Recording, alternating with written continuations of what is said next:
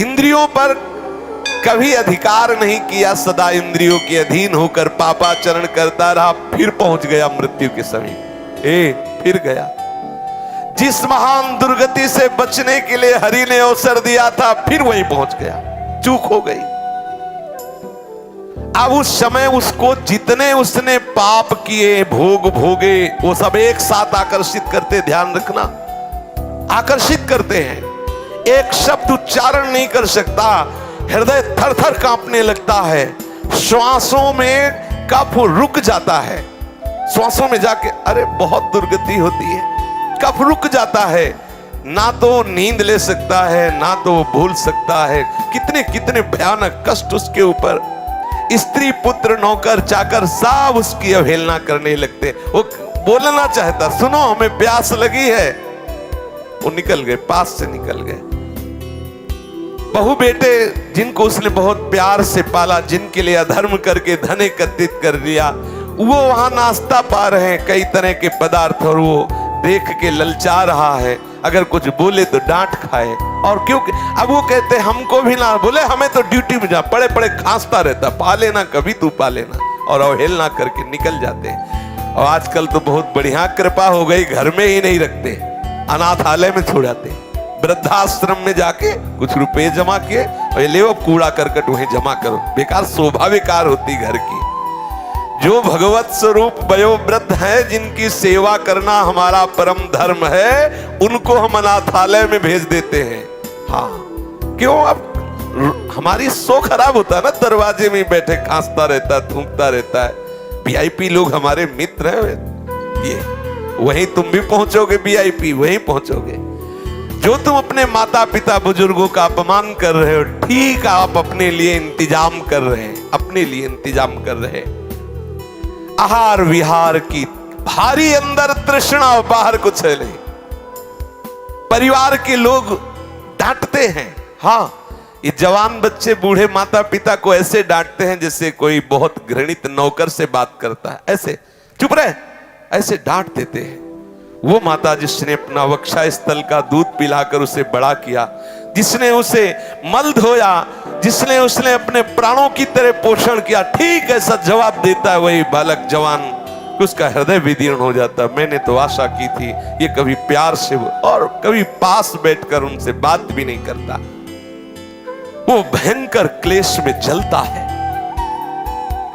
जो जो उसने कर्म किए वो कर्म उसके ऊपर हावी होते हैं। अब लंबी लंबी सांस ले रहा, असमर्थ हो गया, कोई उपाय नहीं दिखाई दे रहा। मृत्यु काल का समय आ गया। अब उसका दम घुटने लगा, शरीर कांपने लगा, बार बार मूर्छा होने लगी। ऐसी अवस्था में उसका चिंतन फंसता है, मेरे धन का क्या होगा? ये सब वो भोगेंगे जिनके लिए मैंने सब कमाया, वही मुझे गाली दे रहे हैं। ये धन भोगेंगे, मेरा धन भोगेंगे। वो चिंतन कर रहा पड़े पड़े, मेरे पीछे ये मेरी स्त्री कैसे रहेगी? क्योंकि इसने जीवन भर हमें प्यार किया, अब वो भी वृद्ध है, इसकी पता नहीं बच्चे देख रेख करेंगे कि नहीं करेंगे। ये नौकर लोग पता नहीं हमारे परिवार का ख्याल करेंगे कि नहीं करेंगे। बड़ा बस यही चिंतन। एक ऐसे ही चिंतन किए, मरे तो कुत्ता बने आकर के, और अपने दरवाजे में छोटे पिल्ला बने। जब पत्नी को देखते कू कू करके, पत्नी लात मारती है वो, अब वो फिर उसकी तरफ तो लड़कों को बुलाती, ये दुष्ट माता डंडे मार को को करके भागता, ना रोटी मिलती है, वो घर की तरफ भागता, क्योंकि उसको ये था मेरा ही घर है ना। दुर्दशा होनी। छिपकली बन के दीवार में रंगोगे, घर वाले निकाल के मार डालेंगे, मारो इसको छिपकली, सांप मारो इसको, मारो, क्योंकि इसने भजन नहीं किया, अब आके घर में रहना चाहता है। ममता जनित चिंताओं से वो मरणासन मनुष्य व्याकुल हो जाता है। महाबलशाली भगवान यमराज के पार्षद जो भयंकर देह, केवल लघु शंका छूट जाती उनको देखने से। इतने भयंकर हैं यमदूत, ऐसे थोड़ी है। देखने से जब आके घुर्राते हैं तो लघु शंका छूट जाती है, घुरघुराहट शुरू हो जाती है। अब कभी भजन किया नहीं तो सर्व समर्थ श्री हरि प्रिया का याद नहीं आया, स्मरण नहीं आया, नहीं वो बचा लेते।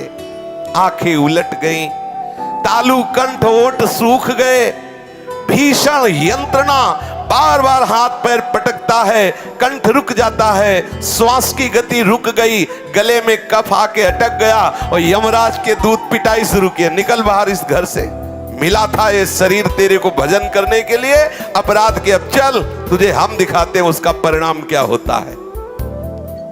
अब वो बड़ा व्याकुल, यम किंकरों की मार से व्याकुल होकर प्राण निकलते हैं, ऐसे नहीं निकलते।